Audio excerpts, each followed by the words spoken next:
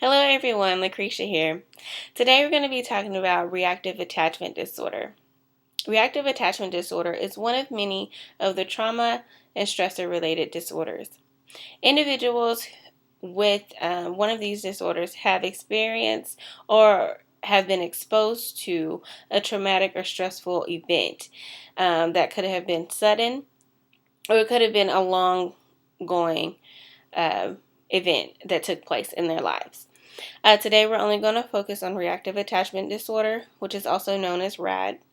This is diagnosed with children with between the ages of 9 months and 5 years old. The reason why it's not allowed to be diagnosed with children who are younger than 9 months is because they haven't been able to form an attachment figure, or they don't really have an attachment style.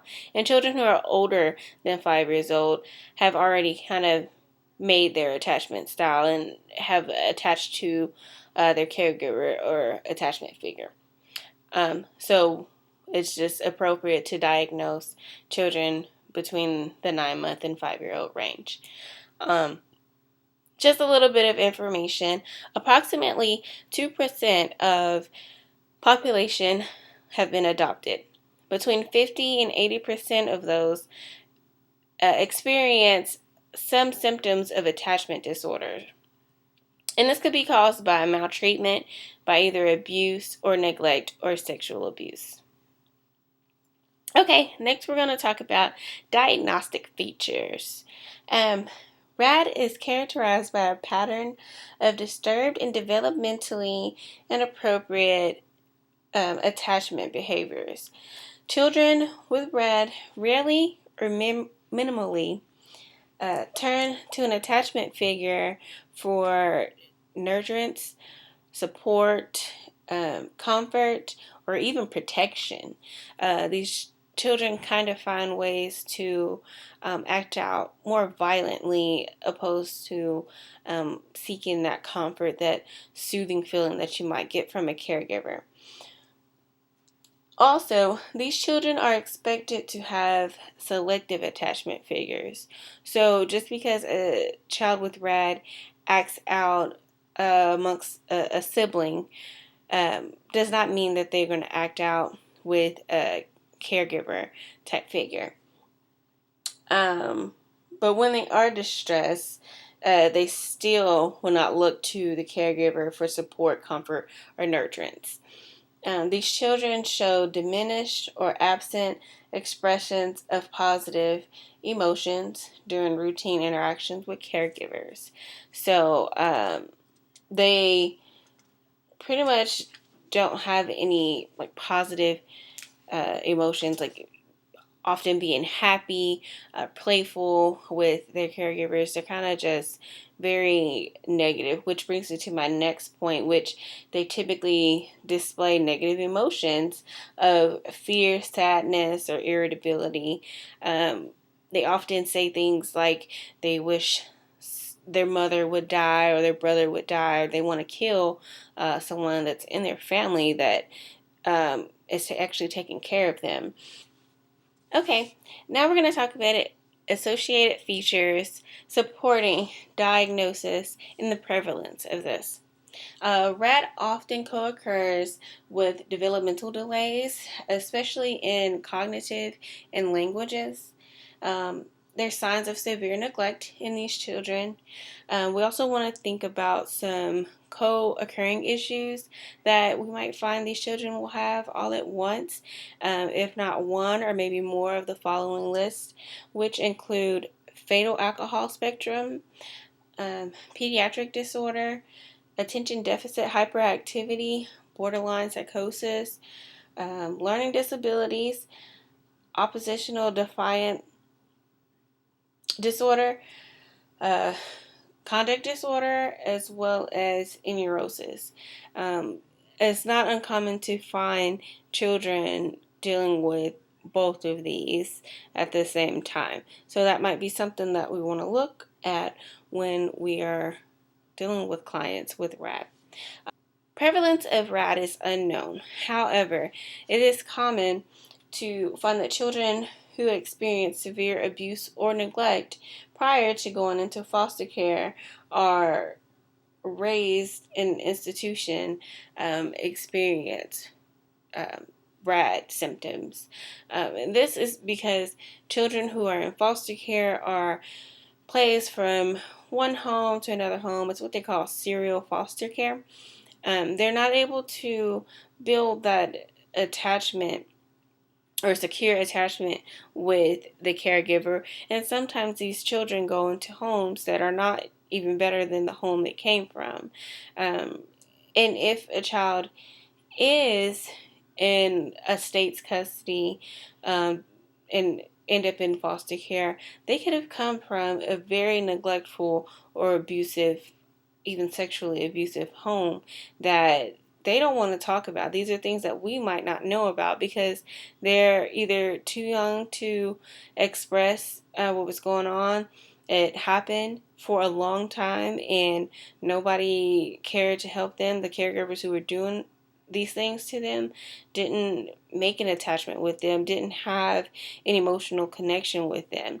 So when they are in these systems and they don't really have anyone to turn to, they tend to have a reactive attachment disorder.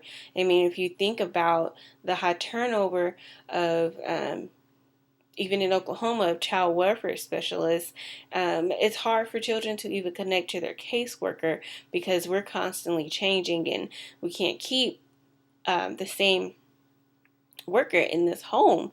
So these children really don't trust anyone or really even have any feelings towards anyone.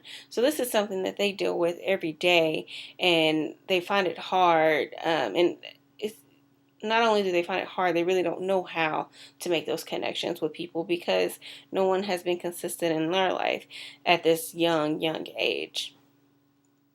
Are forms of maltreatment, and that's going back to the abuse and neglect that I previously mentioned. And when we say abuse or neglect, I don't mean just a one-time event. This is something severe. It has happened several times for a long duration of time. Um, Meaning like the kids aren't being fed, their basic needs are not being met, or they're being abused, tormented, or punished for small things. Other examples of maltreatment are chaotic family of origin, parental abandonment, emotional neglect, physical neglect, medical neglect, sexual abuse, serial foster home placement, as I stated before, so kind of moving from home to home while they're in foster care, and then also chronic physical pain.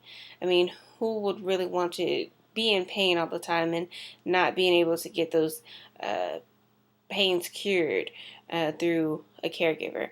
Um, the people who are supposed to be responsible for these children are not connecting with them or even trying to make them feel wanted, and or they're just using them for their benefit.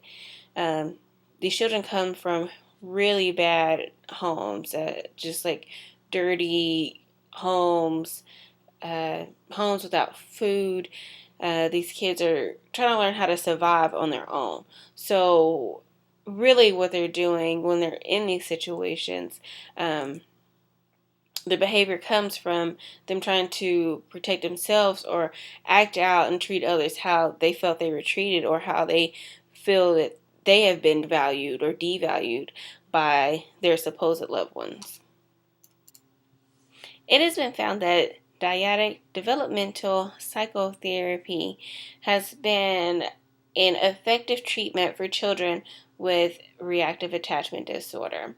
DDP shares many important elements with optimal and sound clinical practice.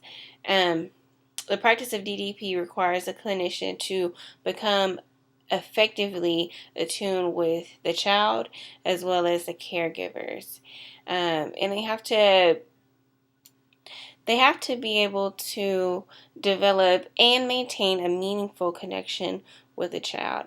Clinicians have to understand that these children have been broken and they need to be able to build trust with an adult or a caregiver or even a peer. So it's the clinician's job to show them that the emotional connection is able to be made and actually teach them how to make those connections, because that's not something they know how to do. I know it seems like that should be something that kind of should be like an innate behavior, but if you're not receiving emotional connection from someone who's been taking care of you, then you just don't know how to do it, because it's actually more of a observed learning behavior that you grasp the concept of making those connections with others. And without it, then you can't. So we're going to review this chart that would show us the cycle of a dyadic developmental psychotherapy. Okay, so first, the behavior has to be identified and explored. So a child needs to be able to identify the behavior that needs to be corrected. Um, then it moves to acceptance and curiosity. The behavior is explored and the meaning to the child begins to emerge. So this is when they kind of understand the meaning of that behavior. Third, empathy is used to reduce the child's sense of shame and increase the child's sense of being accepted and understood. Fourth, the child's behavior is normalized. In other words, once the meaning of the behavior comes about, it is in relation to a past trauma, and it is identified and it becomes understandable to the child. So first we start off um, being in that kind of same situation that they were in before and making it a normal setting for them. And then once that behavior is normalized, they can relate that to the past trauma, and then they'll be able to identify why they were so affected by that behavior, and they kind of understand it a little bit better. The fifth stage of this is the child is able to communicate their understanding to the caregiver. So this is when they actually start verbalizing and making the connections 1 plus 1 equal 2. This is what triggers my behavior, and this is why this happened. Okay, and the sixth step is making a new meaning. The new meaning is when a child is able to integrate what they have learned and make it their own. And at this point, they'll be able to communicate the new experience and the meaning of that to their caregiver. I just want to encourage you guys to look up Beth Thomas. She's a little girl who suffered from reactive attachment disorder. Um, she and her younger brother lost their mother at a very young age and was severely neglected and abused by their biological father. This little girl was able to overcome her obstacle and was fully cured from RAD and became just a normal young child without all of the rage and the desire to kill others. I hope you guys learned something today. Thank you for listening. You have a great day.